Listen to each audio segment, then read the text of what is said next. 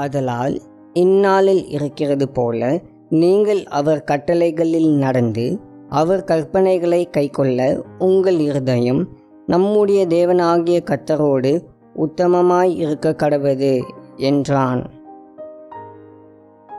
வாழ்க்கை பாதையில் வரும் பிரச்சனைகளை கடக்க அதனுடன் போராடவோ அல்லது அதிலேயே சிக்கிக்கொண்டு வாழ்க்கை போகிற பாதையில் போகும்படி நகர்த்தி கொண்டு செல்லவோ அல்லது சோர்ந்து போனவர்களாக விட்டுவிடவோ நீங்கள் படைக்கப்படவில்லை. மாறாக அவைகள் மீது ஆளுகை செலுத்தவும் வெற்றியாளர்களாக இருக்கவும் தேவன் உங்களை படைத்திருக்கின்றார். எனவே அதற்காக எப்பொழுதும் தேவனுடைய பட்சத்திலேயே இருப்பதை நீங்கள் தெரிந்து கொள்பவர்களாக இருக்க வேண்டும் என்பதில் உறுதியாக இருங்கள். அன்பின் பரலோக பிதாவே, உம்மை ஸ்தோத்தரிக்கிறோம், வணங்குகிறோம். உயிர்த்தெழுந்தவரே, பிசாசின் தலையை நசுக்கினவரே, உம்மை ஆராதிக்கின்றோம்.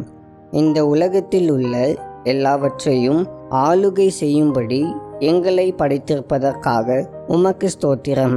எங்களுக்கு முன்பாக இருக்கும் சவால்கள், பிரச்சனைகள் போன்ற எல்லாவற்றையும் மேற்கொள்ள ஜெயிக்க உம்முடைய ஆலோசனைகளையும் வழிநடத்துதலையும் எங்களுக்கு தரும்படி உம்மை நோக்கி வேண்டுகின்றோம். உமக்கு கீழ்ப்படிய ஞானமுள்ள இருதயத்தை தரும்படி ஜெபிக்கின்றோம்.